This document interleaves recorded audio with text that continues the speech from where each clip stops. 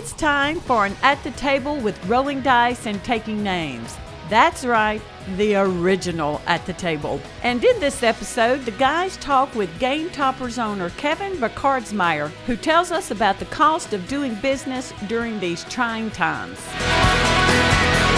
And yes, original, like original moon pie, original RC, the original mattress company, KFC's original recipe.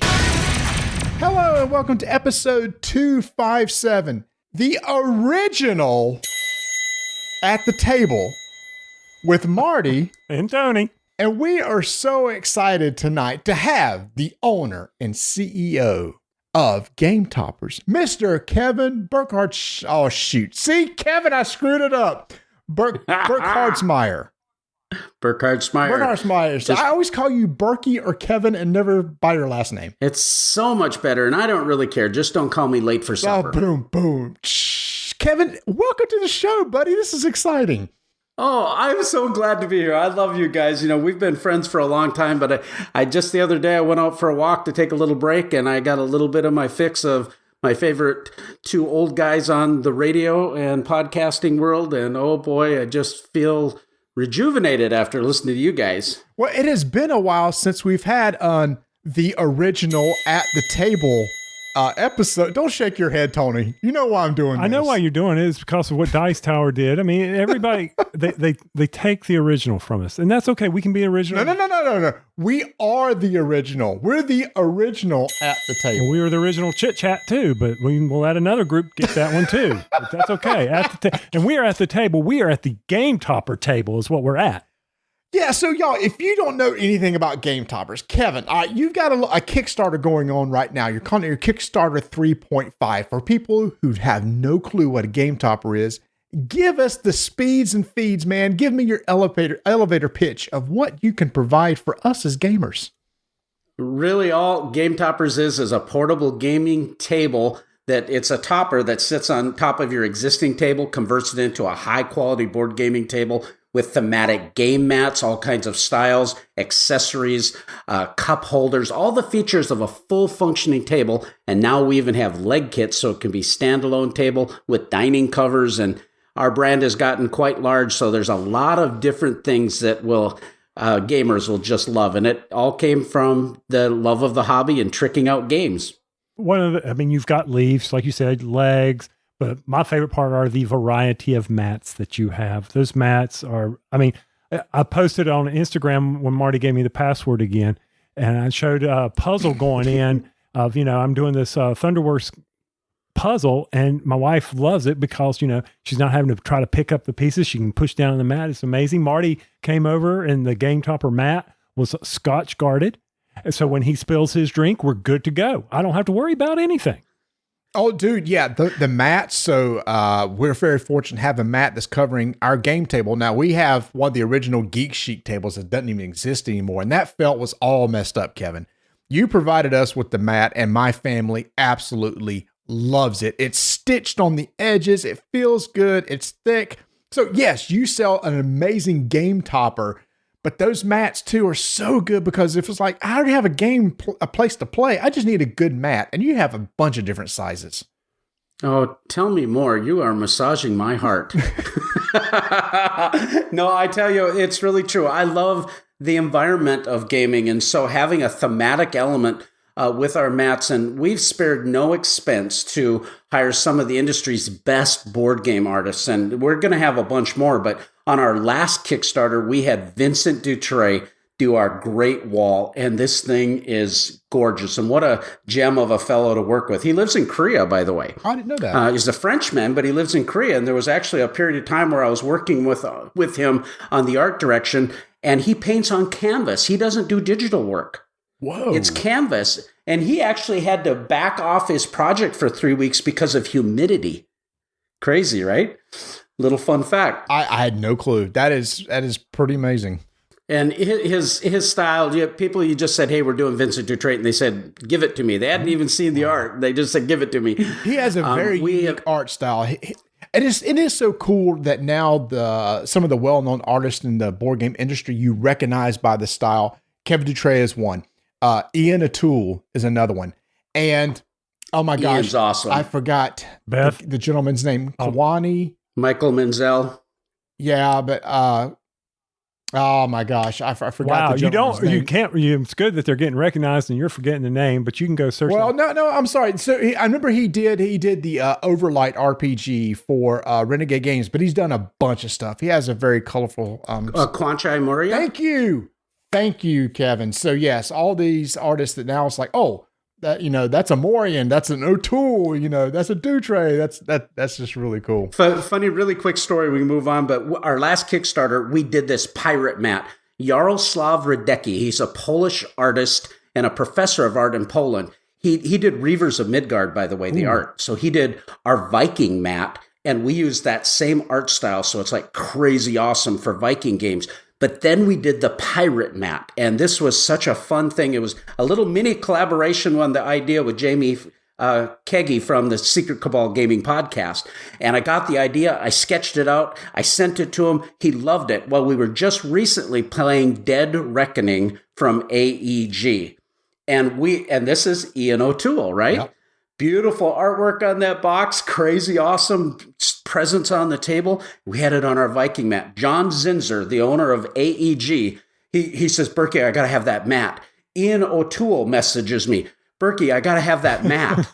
And so I sent them both. So Larkston has a pirate mat. Ian O'Toole, we had to go through a bunch of crazy stuff to get it to Australia, but we got it to Ian, and he might help us on another project. And I'm super jazzed about these connections in the hobby and people loving what we're doing and that we're doing it well, and it's getting that kind of acclaim. Yeah, so we're going to hear more a little bit about the Kickstarter by the end of the episode. So you can tell us a little bit more about what you're offering and what you can get from this Kickstarter. But you actually just made a comment that is really one of the reasons why we have you on. You said you had to kind of jump through hoops to get this thing shipped to Australia and stuff. You are a manufacturer, and these tables that you are manufacturing consist of wood, metal, etc. The world is still kind of topsy-turvy now with supply chain issues. And with you having to rely on raw materials, getting them in, actually shipping this stuff out, what's some of the issues that you've ran into as a manufacturer that we might not even realize that you all are having to go through? 3.0, Kickstarter 3.0, man. I can only imagine what Burky was feeling as things are going topsy-turvy, and he's got this humongous successful Kickstarter out there. Dude, what were you feeling? How was the antacid? It was wonderful, and Tom's works really well, and other things work really well. Hammers work really well. A little bit of scotch, There's all kinds of different coping mechanisms. No, it's our 3.0 Kickstarter. We did quite well at the beginning because we had wave 1 and wave 2. Wave 1 was with product that we mostly had. We delivered a month ahead of schedule and in only 2 months from the Kickstarter date, which is unheard of, right? We thought, wonderful, we're doing a great job. We did what we said. Wonderful. Did better than we said. Then we were not immune to what happened in the world. And the whole world went upside down. Overseas issues went upside down. Domestic issues went upside down. So it wasn't just pandemic, lockdown, those type of considerations. There were other considerations that had a cascading effect. And I actually have quite a few items that I just wrote down, a few of the things that will hopefully maybe give a little bit of insight to your listeners about what a manufacturer goes through that maybe they weren't aware of. When you're in the industry, whether it's making a board game or a product, it doesn't have to be game related, everyone is feeling the pain of this, if you will, and the frustration, I think, is probably one of the biggest things because we want to do what we say. We want to deliver an awesome product on time. We want to exceed expectations. That's my heart's desire, Annie. And when I give someone my word, that's a big deal to me. I was unable to fix and I was unable to forecast what happened. We had to, from that point, it really runs down to, okay, how good are you at problem solving? How hard are you willing to work? And can you keep your head up in the middle of it all? Well, give us an example of some of the challenges. Well, I'll give you a couple. A lot of the people in the board game space also have heard a lot about shipping woes. And we experienced that. One of the difficulties is we live in rural Minnesota. We're about 3 hours from Minneapolis. That's Minnesota. Is that how you do it? Minnesota. Yeah, okay. Yeah, sure, you betcha. Oli and Lena are up here in the woods, so we'll get a squirrely thing going on here if you keep going like that, I apologize. You're not the only one that does squirrels. That's fair. So being 3 hours from Minneapolis, there's still freight involved. We do have a large rail hub in the Minneapolis area. But when product gets shipped, it comes into ports either in Savannah, Georgia, sometimes Texas, Galveston. Sometimes it goes to New York, sometimes to Los Angeles, which is really a big issue. And we get most of our product through Tacoma, Washington, or Vancouver, Canada. Hey. And then the product has to get to our dock. In the past, that was a $5,000 bill. And that's for like a 40-foot high container. That's a lot of stuff. Sure. Last year, we shipped 6 full overseas containers. Now, to point out, most of our product is made domestically. This was just some of the accessory components, our game mats, our storage bags. The storage bags are beautiful. They take up a lot of space, though. We had to outsource 2 other products in Asia that we were unable to source here as hard as I tried. Can you tell us what they are? The leg kits and the dining covers. Okay, thanks. There's a couple other little accessories that we have, but most of everything else is in the United States. The price of that container went from $5,000 to $28,000. I got one container, $23,000. So now get this. You'll love this. So we get 3 containers coming in of this huge order that we had ordered prior to the campaign so we could be proactive about all this stuff. We get these 3 containers that were non-working refrigerator containers. I got a deal on them. Now, this was the deal. They were $13,000 each. So more than twice as much as I was usually used to. Well, they get to Savannah, Georgia. They sit in the loading yard for 3 days because the trucking company doesn't pick them up at the right time. I got charged $1,000 a day for them to be held there. And they said, pay it or else you aren't getting it. No, the guy did it a little bit better than that. He actually says, if you don't want to pay it, we'll make an accommodation. You know what I mean? So it was more like that. But and then it had to be transloaded. That transloading of the product from the 3 containers to 2 full semi-trucks and having it shipped to my door cost another $13,000. 39 grand. You didn't budget for any of that. So, I mean, did it just totally wipe away your profits, or did you hopefully come out a little bit ahead on the other side? We've been really fortunate. Our campaign did well. We had enough volume to handle it. Our margins are very, very tight on our toppers. Our accessories, we do a little bit better, but then we bundle them with the toppers and we end up taking a lot less margin. So eating that kind of shipping it was very unexpected. I build in usually a 10% variance. I also build in a 5% variance for commodity pricing or for currency fluctuations. So that's all in all my spreadsheets in the business plan. So I have a buffer. I also buffer usually an extra 60 days on delivery of anything that I expect. And I do that to try to perform well and execute on what we say. That being said, now containers, not only do they cost a lot more, the logistics companies that you work with are overloaded. They're super stressed. They are no longer very customer friendly. When they used to give you updates, if there was a trouble, they would work hard to fix it. Now it's like, well, it is what it is, and you'll get it when you get it, and quit bugging me. And these are for companies that you've done a lot of business with. I can envision that. One of our game buddies, Mark, he's in logistics. I can see him saying that to people. Can't you, Marty? You get it when you get. Yeah. Oh yeah. I mean, you get all grumpy on you. He looks like a little dwarf that's grumpy sometimes. They just pop up out of the ground. Hearing how you have this business plan where you have all these variances and allowance and stuff, we can barely run a semi-successful podcast. So I can't even imagine the planning that you have to come into, especially you are already preparing for these sort of things even before your supply issues hit. And now to be able to ride through that, that's a lot of businesses aren't around anymore after all the stuff that we just went through. So kudos to you, sir, for keeping your head above water and turning it around with another Kickstarter, and hope just keep it going. Hold on. I got to ask this. You just went through this with 3.0. Are you in your right mind to start 3.5? I'm sorry. Well, we have a brilliant idea of why we did it. We think it's brilliant. We'll see. I don't know if you want to talk about Kickstarter right now, but one of the main reasons we had one product, this kind of goes to the issues of supply chain.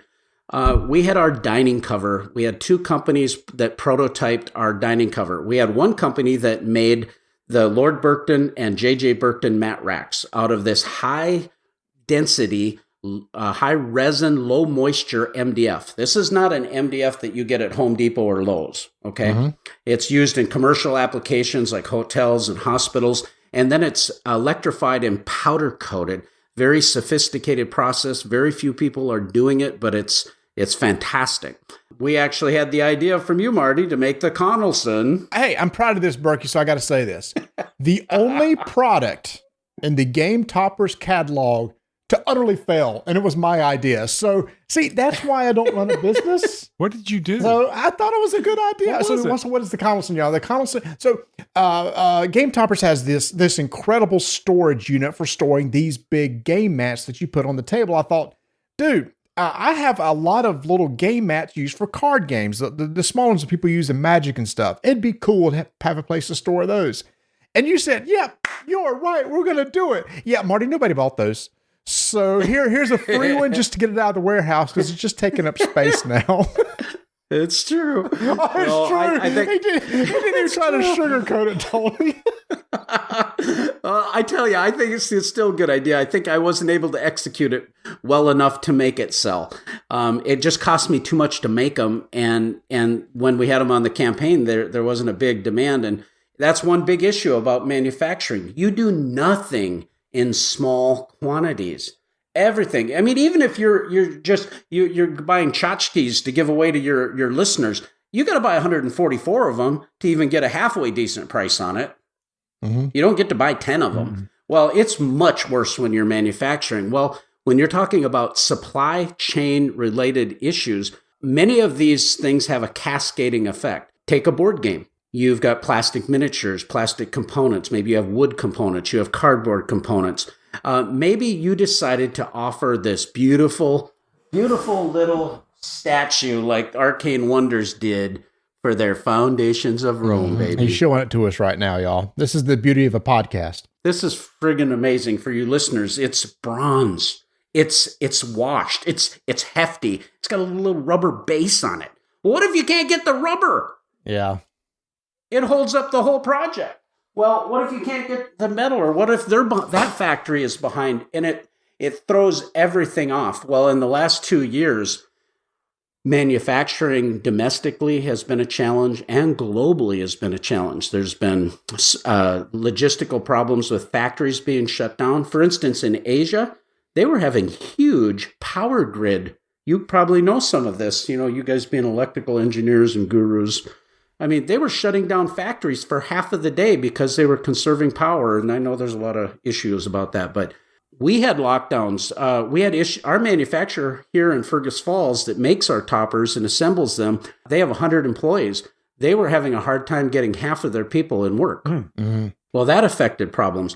I'll give you another example of supply chain. We had all the pricing. Forecasting is really a skill. We've done pretty well with forecasting the demand, forecasting what we're going to order, what we think we can handle from an inventory standpoint to manage it and to afford it.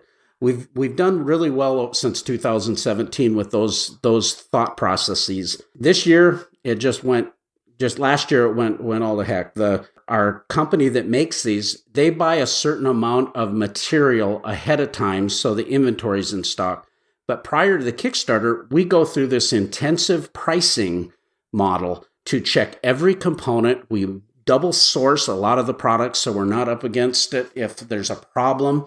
So a lot of diligence. People don't know the diligence that goes into just getting the cost of the item so that we can make sure that we're making enough to make it viable to do, but also make it accessible, right? Mm-hmm. So I'm really to the nut and bolt guy on that thing. I really put a lot of diligence into those equations.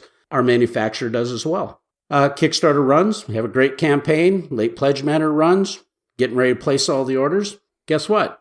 My prices went up. All of a sudden, all these problems started happening.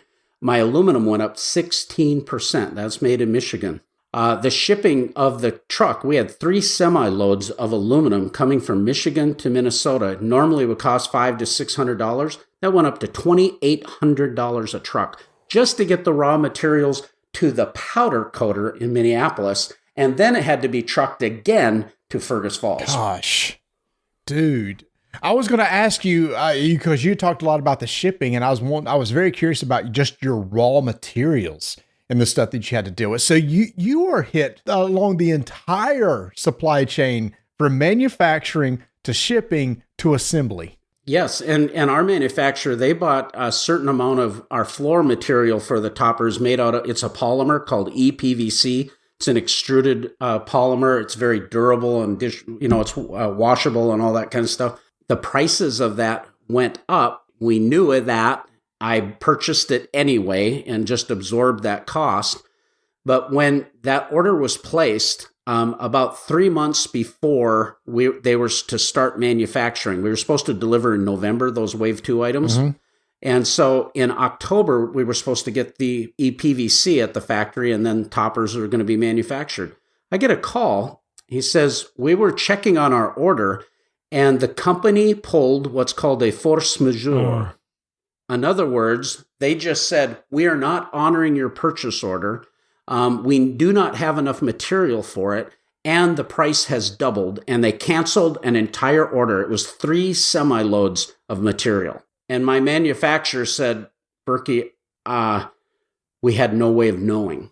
And legally, they were able to do it because it was under force majeure pandemic. Oh, come on. Force majeure does not mean, that an act of God. Yeah, come on. I know what force majeure is. That was what they did. It was horrible. Thankfully, my manufacturer and I were very good working relationship, and we've had a long history together. I realized the trouble he was having. We went to our backers, let them know that we're having some trouble. We were very transparent about the delay. We actually ended up performing pretty well on it when it was all said and done, but my manufacturer had to buy some off-the-shelf product from 3 other suppliers. The price of that went through the roof, and now he's got an outstanding forecasting solution for him also, so we have to figure out how to help him with that, and yet I can't eat all of that. It's not my fault, and yet it is what it is. Those are the things that most folks don't know, and people have... I feel everybody's, if they have a concern or they have a complaint about something, man, I'm going to listen to them, and I'm going to do my best to understand and to fix anything I can fix. But in light of, like now you're hearing people complaining about boxes being damaged or something, and I'm picky, I am kind of intense about some things and other things not at all. But, I was talking to Robert Geisinger, just posted on Facebook, from Arcane Wonders, to ship an empty Foundations of Rome box costs $39. Sheesh. The same price as if it was full and under 50 pounds. Good God. And so someone's got a little dent in the box. Now, if it was a functional issue where you couldn't move the stuff, that's one thing. It is an heirloom box and all that. I get that. But how does a publisher deal with that cost? And shipping is not their fault, and especially Arcane Wonders. When you see that box, the foam that was in that thing, it was a brilliant packaging solution. I had 3 copies, and every one of them came in perfect. But nonetheless, we used to be able to ship that box for $15. So let me ask you, so you've been dealing with all this time, and yet here you are, you just cranked up another Kickstarter, the 3.5. Did you just now feel this was a good time because you see light at the end of the tunnel, or what drove your timing for this particular Kickstarter right now, and how have you planned for it? Well, it's a great question, and part of it is... Oh, hold on, stop. Could you say that again? That was a reasonably good question. Dadgummit. I still got it. I'll hold on. I'm going to play what you just said again right here. Here you go. Well, it's a great question. All right, good. We just heard it again. The other guy had a really good question. He didn't verbalize it, but I felt it telepathy. He occasionally gets one in on the show, so we'll give him this one. It's fair. Okay. I'm sorry, I cut you right off. So go ahead. To my really good question. I don't even know what it was anymore. I know. I was waiting for that. I knew that was coming. I knew it. We're too old to be screwing around after I ask a question. Could you write it in large text for me, 16 font? Well, about your timing of the Kickstarter now, and how are you dealing with the issues that you might have? And what was the timing of doing it right now? Well, it is a great question. We were going to do a Kickstarter in February. My daughter does all of our graphics work, and she was scheduled to have a baby in March, and baby came early, and we were preparing, but then because of the delays, see how delays cause a cascading effect. And that's what a lot of people don't understand about all these issues. One thing leads to another, and it ends up, if you're a month delayed, it really turns into 2 months because of all of those things that cascade together. And when you have supply shortages on top of that, it's hard to forecast. I mean, there's all kinds of supply problems right now. Like, you can't find Pop-Tarts. I heard grape Pop-Tarts are hard to find out, and weird beverages with hold on. Don't be saying it. Is that true? I haven't found them. We teased the grape Pop-Tarts. We can't find the internet. Yet? I can't find them. I've been in 5 stores and I cannot find them yet. Oh my God! I'm sorry. Now I'm just ill. Is there a moon pie problem too? No, there's never a moon pie problem. They can just pump those things out. Well, that's because they last forever and they've overstocked. Ding, ding, ding, ding. Hey, right, go ahead. I want to get back to the Kickstarter question, Please but do. one really important thing about supply chain issues and the way people do business, back in the day when I was young, like 5 years ago, we we used to have an inventory practice where we held a certain amount of inventory if it wasn't a volatile commodity, price fluctuating commodity. I used to own a computer company, and man, I would buy hard drives, but RAM chips. I remember buying $200 4 meg RAM chips. I remember one time making a 10,000 piece order of RAM. Well, it was so volatile, you flipped it right now, or else you could really take a bath on that kind of stuff. But then it started where you had to have a certain amount of inventory to do business. Then the model started changing, and we started doing just-in-time inventory practices. Right.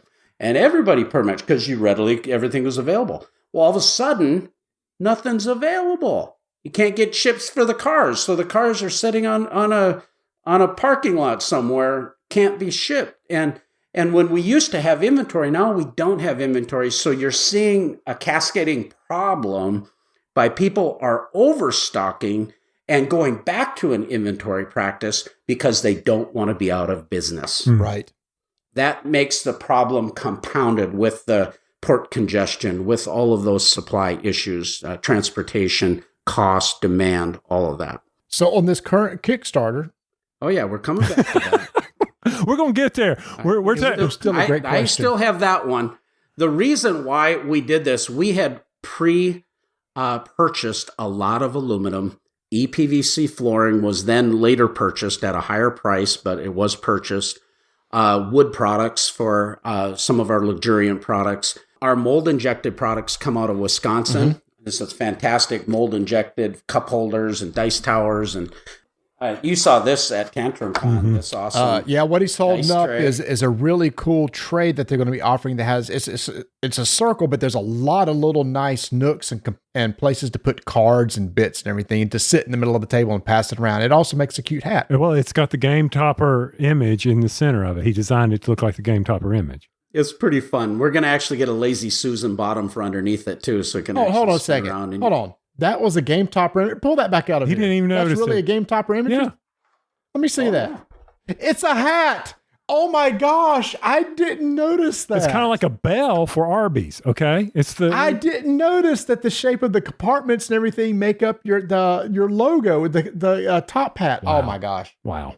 I am really slow. Yeah. Anyway, so back to my great question. That's all I've got right now. We had pre-procured a lot of merchandise, and we did very well on the Kickstarter, but we had also were planning for an additional Kickstarter, and we wanted to make sure that we had the capacity to do everything. Well, our European backers, all of our product is here for that to ship, but we have to ship it all together. Again, if we can consolidate the shipping on one container, shipping one topper over to Germany, for instance, can cost $600 to $900 by itself. We're able to do it for about $250 because of this bulk shipping. Now it's actually costing us more than that, but nonetheless, much more affordably. So we thought, how do we...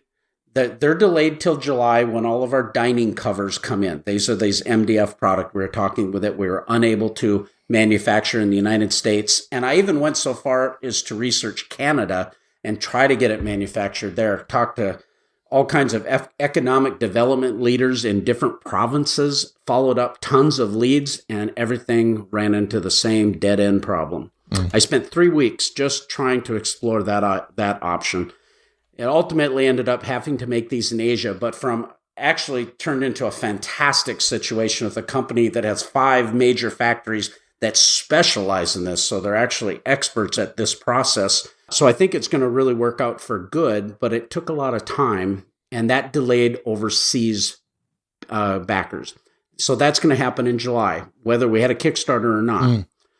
So I thought, how do we help them? How can I reward them for their patience, for one thing? How can we get additional backers to combine on that order in Europe, UK, Australia, New Zealand, all of that? And one of the products we had not offered on the 3.0 Kickstarter was our leg kits for the Moriarty and Mycroft toppers. Right. This was huge. These toppers, you saw the videos from Joel Eddy that did the big Warhammer setups. Yes. Like awesome, right? Yep. I mean, he had Age of Sigmar set up on our war terrain mat, and then he had 40K set up on the Volcano mat, and he had Frostgrave on one of our white mats, and it was just gorgeous, and this big 4-foot, 6-foot table. But because of the span on Kickstarter 3.0, we had not developed the center supports. Again, this delay helped us actually innovate and do another thing that was really special. We were able to make the center supports 2 pieces that would accommodate the Holmes, the Watson, the Moriarty, and the Mycroft by being fully adjustable with bolts. And it also became more stout and sturdy. It doesn't twist because of the extra 2 layers of angle iron. This innovation allowed us to offer, we just got them all in stock. We're sending all those leg kits out right now. This allowed us to say, hey, all the Mycroft backers in England and Europe and Australia, now you can get it. You don't have to wait a year and a half till our next shipment. Plus, we're going to do a bunch of crazy, we've already procured the product. When I re-procure, prices are going up, and it's just the way it is. I wish it wouldn't have to be that way, but it is. And so I've got product. This is what price I bought it at. I'm going to offer some specials, and we got like our dice towers and our poker chip trays. These things are awesome. Yeah, those are very cool. For components. The collapsible cup holders, those dice accessory trays you saw are mats. We had 3 containers of mats come in. We sell thousands of mats with 20 styles in 11 sizes. Yeah. We got a potluck. You should see our warehouse. We have a 5,000 square foot warehouse. The clean pick and pack room is actually full of pallets across a 50-foot long wall by 30 feet that is full of game mats of every variety. Nice. And now we can offer that to all of these backers at reduced prices, package deals with stretch goals, and bring in new backers from the United States and Canada that get in on these special prices and quick fulfillment. This is the beautiful part about it all. It's all here. It's just a matter of packaging it right, offering the new products we're offering, and now everybody wins. And while we're 90% fulfilled with everything except overseas stuff, we felt this was just a huge win for our backers, and it also helped us, will help us to procure all this product that we've pre-purchased. Always thinking about the customer. Always thinking about, look at you, man. Yeah, and here's the thing is, y'all, so if you don't have a game topper, this Kickstarter 3.5 is now the time to jump in, because you just heard him say that you're going to get it at discounted prices because he already has these materials in stock. The next time he has to order these materials, it's going to be more expensive. So now is the time to jump in and get one, and you know you're going to get it quick. One last question on this. I assume maybe shipping is going to be a little bit more than what it has been in the past for your other Kickstarters? It costs us more than we had quoted last time, but we also, you didn't ask me this ahead of time, but we made a corporate decision that we were not going to change our shipping rates overseas. We're doing this, and it's hard to explain this to people, and I don't want to whine about my problems anyway, but I realize that they put their trust in us. They've been waiting for 6 months longer than the rest of the world. Mm-hmm. And it's like, we're just going to keep it the same price. And if I eat a little bit, I eat a little bit. That's just the way it is. We're going to get them out. We didn't go back to our backers and charge them for any of these overcharges. The last year, we think the pandemic and supply chain problems cost us close to $200,000 last year. We didn't go back and charge anybody anything. We gave people an opportunity to go with a tip jar on our update. And we had a bunch of people. We had 2 people donate $500. Oh, that's awesome, y'all. People are good. There's a lot of good people in this world. Oh, man, I got it, and I sat there and just wept like a little that's baby. Awesome, I was man. just like, I can't believe people would do this. And I don't want to ask even, It's my problem. That's not you. That's not you. We know that, dude. That's exciting. Wow, what a great talk, and I love that we kind of landed on the fact that now's the time. If you want one of these, get it. This is going to be your best price right now, and it's going to be ready to go. And you got an honest businessman here, y'all. Just kind of laid it all out there. The problems that he's dealing with. He's trying to make sure he can make money on his side to keep this thing going. But he is also passing a lot of savings on to you, or working it out basically to be able to pass savings on to everybody, especially with this latest Kickstarter of shipping additional product overseas and getting a discount on the shipping. So especially if you're not in the US, you'll definitely want to take a look at this Kickstarter. That sound about right? Yeah, and the Kickstarter only runs from May 10th, which we're a couple days into it, till May 27th. Oh, it's short. 17-day. Yeah, it's a very short campaign. But the reason we're doing that is we're going to launch the late pledge manager by June 2nd. My son Josiah is an expert at BackerKit. He actually helps some of them with some things. He's a computer science major. But long and short of it, we have this already set up ahead of time with a lot of things that he's doing behind the scenes, so that by June 2nd, the late pledge manager launches. Mm-hmm. So when I'm at the UK Games Expo, overseas people that are there will be able to late pledge even there. But the late pledge manager is only going to be open for a very limited time. So soon as those dining covers come in, those packages are going to get labeled.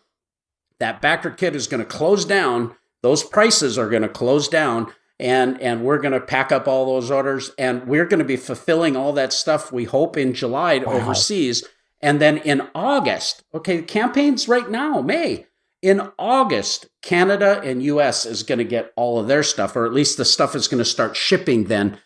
Based on the numbers that we're seeing and the amount, we can fulfill close to 25 full package topper kits with all the accessories in a day. So we can fulfill and have the capacity to custom pick every order fairly quickly. And by the end of August, we hope this whole baby is ready to go, and we're ready to cruise into the Christmas season. We haven't had a Christmas sale for 3 years because of all these issues.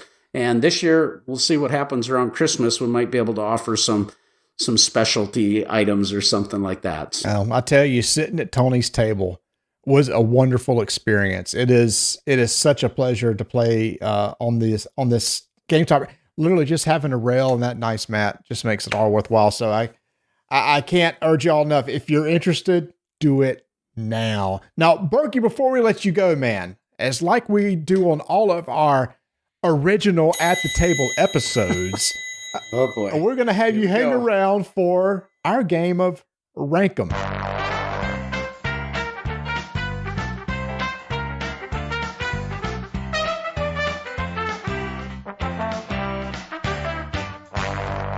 All right, welcome to our game of Rank 'em. The rules are very simple. I'm going to give you 3 items, and you're going to rank those in any order that you want to, and you can explain the reason for your ratings. For example, I might say chocolate, vanilla, strawberry.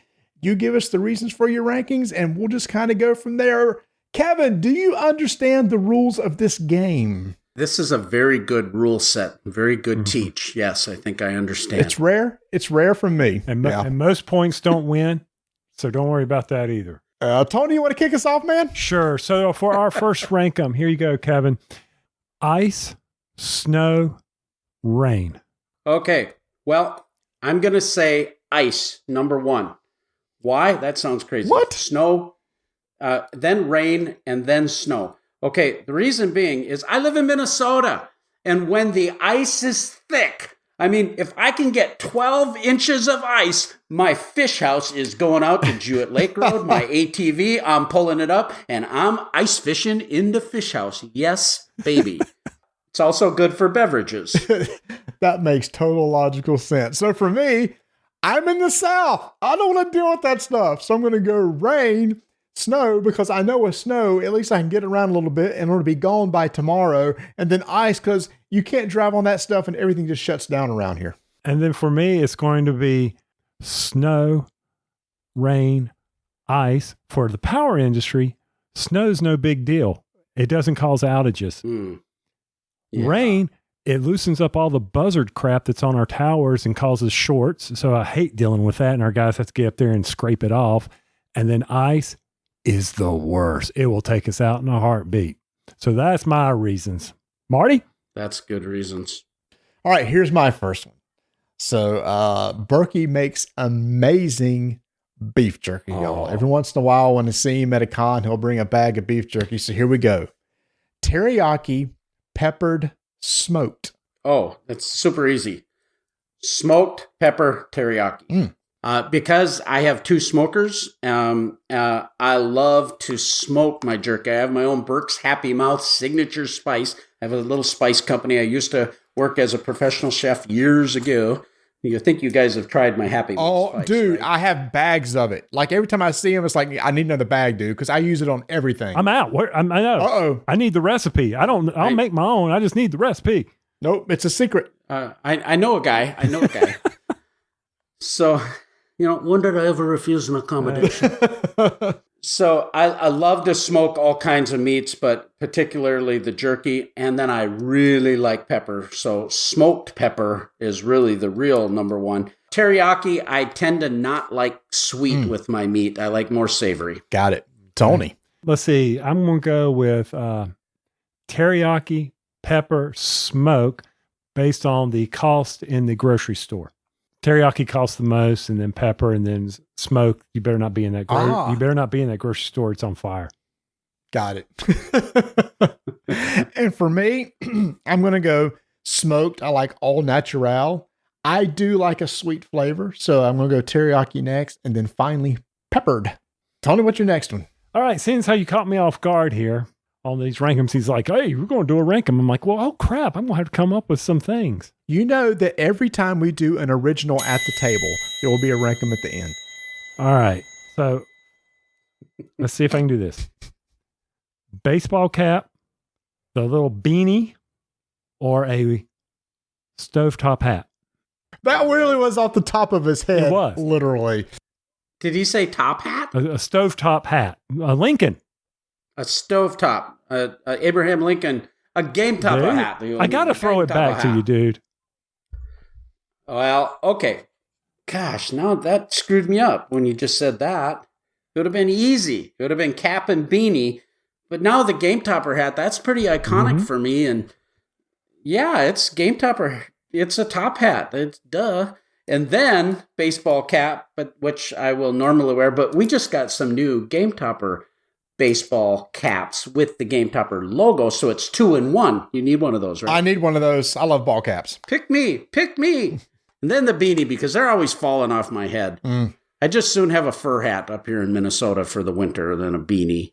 I'm going to go in the way that I would wear them. And ball cap, for sure, number 1, easily. I love wearing ball caps. I rarely wear a beanie ever. And I don't even have a top hat to even wear. So that'll be my order. So for me, I'm going to rank them in the chances of a ceiling fan knocking it off my head. So a beanie, less likely than a baseball cap. Well, top hat, I'm 6'2", so you put one of those on my head, it's going flying across the room. So that's number 3.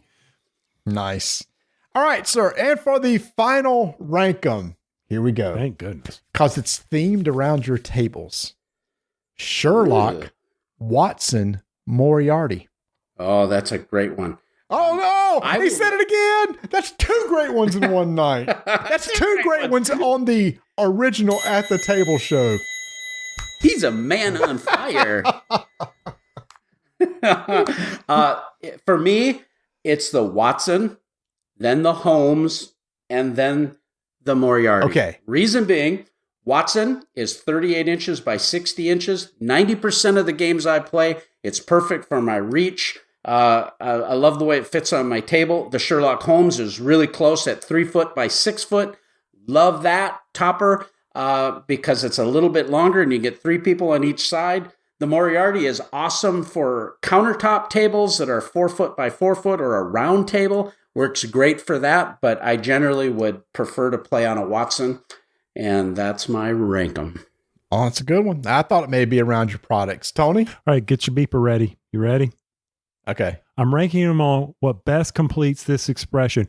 No Sherlock, Watson, Moriarty. That's my rankum.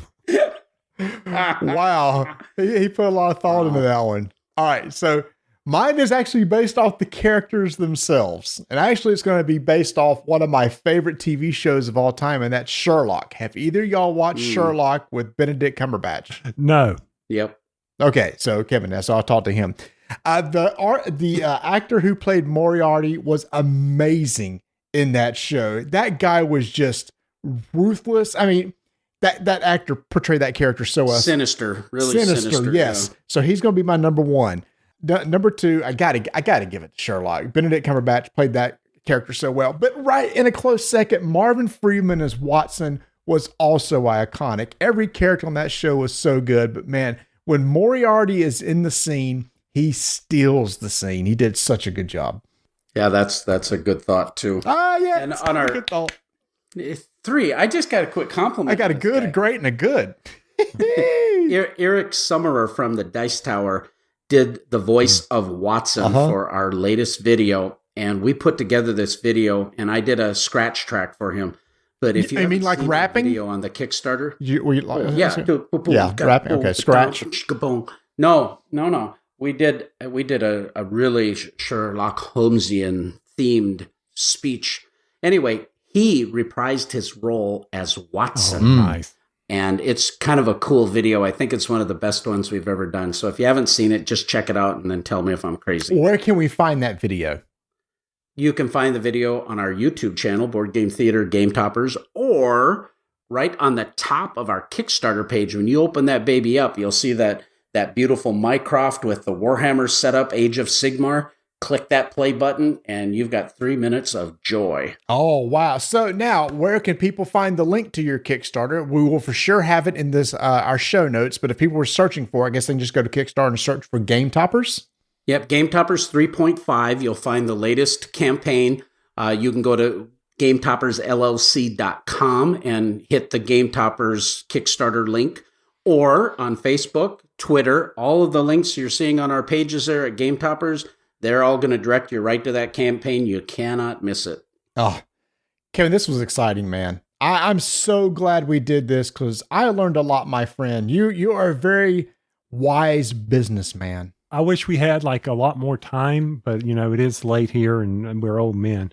And besides, I haven't seen Blue Bloods from last week. Oh Lord, here we go. So anyway, I would just love to hear, Kat. Oh, wait a minute. Did you say you loved that show? I love. Okay, then y'all can have come back on anytime and have your own little Blue Blood segment. I started going back to season 1 on Prime, on Amazon Prime, because I didn't know the whole story. I still don't know season 3, so I got to catch up. You got plenty of time, but my point is, I would just like to hear all of Kevin's experiences. I've heard this was the first time I've heard Chef, and just have him sit down and talk to us about his experience.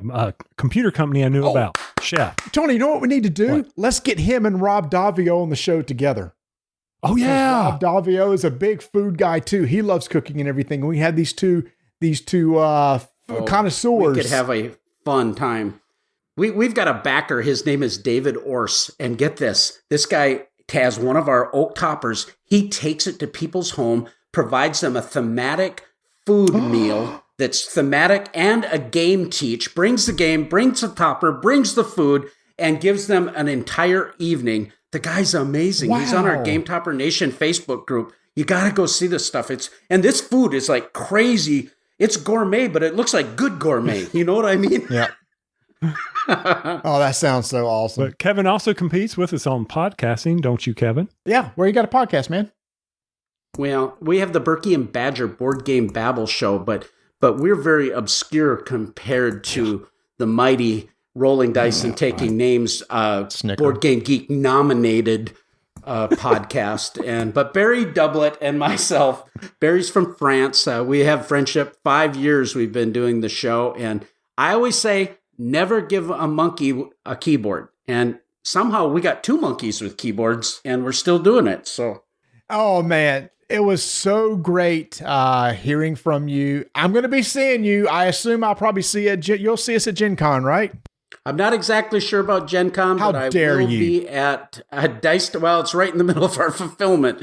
So possibly Dice Tower, or we are definitely, I'm going to Dice Tower East and BGG Con. So, but it's possible that I might be able to make it Gen Con. We'll see what happens. So, Tony, forget any sort of jerky or spice or ball caps. That's okay. Jeez. I'll see him next year. Matter of fact, you know, when it gets warm enough in Minnesota, so maybe in August, we can go up and see him. There you go. Oh. Because I'm not ice fishing. We'll have rolling Dice Con in Minnesota. If we did that, we'd do it on the ice fishing. You and I ice fishing would be hysterical. It would be like that grumpy old men thing. It'd be awesome. We can complain about small text on cards, long rules, explanations. What a great time together. Well, that was Walter Malthau and oh god, who was the other character? Oh, grumpy old men. Yeah. Was it Lemon? Yeah, Jack Lemmon. Yeah. There we go. People are like, we don't know what y'all are talking about. It's time to stop listening. And Burgess Meredith. Yeah, Marty, you could be Burgess. You could do Burgess. Quack. That's one thing I know Burgess from. Oh, and also Rocky. Duh. Yeah. Doy. All right. Burky, thanks once again, man. Check out his Kickstarter, y'all. Great stuff. Tony, take us on out of here. And that's it for, in my NPR voice. Okay, got it. I'm ready. Here we go. Okay, go ahead. Thanks for listening to Rolling Dice and Taking Name, the original At the Table.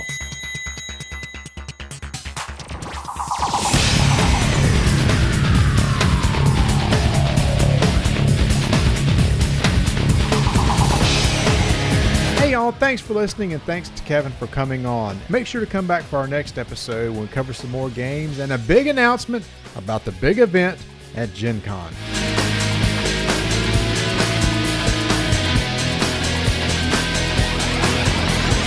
Could you do it in the Secret Cabal voice?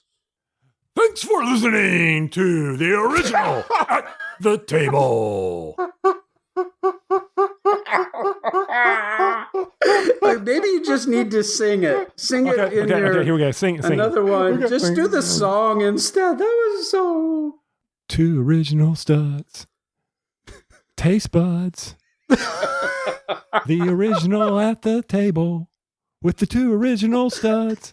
Taste buds. How else do you want me to embarrass myself? I'm all there for you. I'll do anything for a game topper. I love you, man.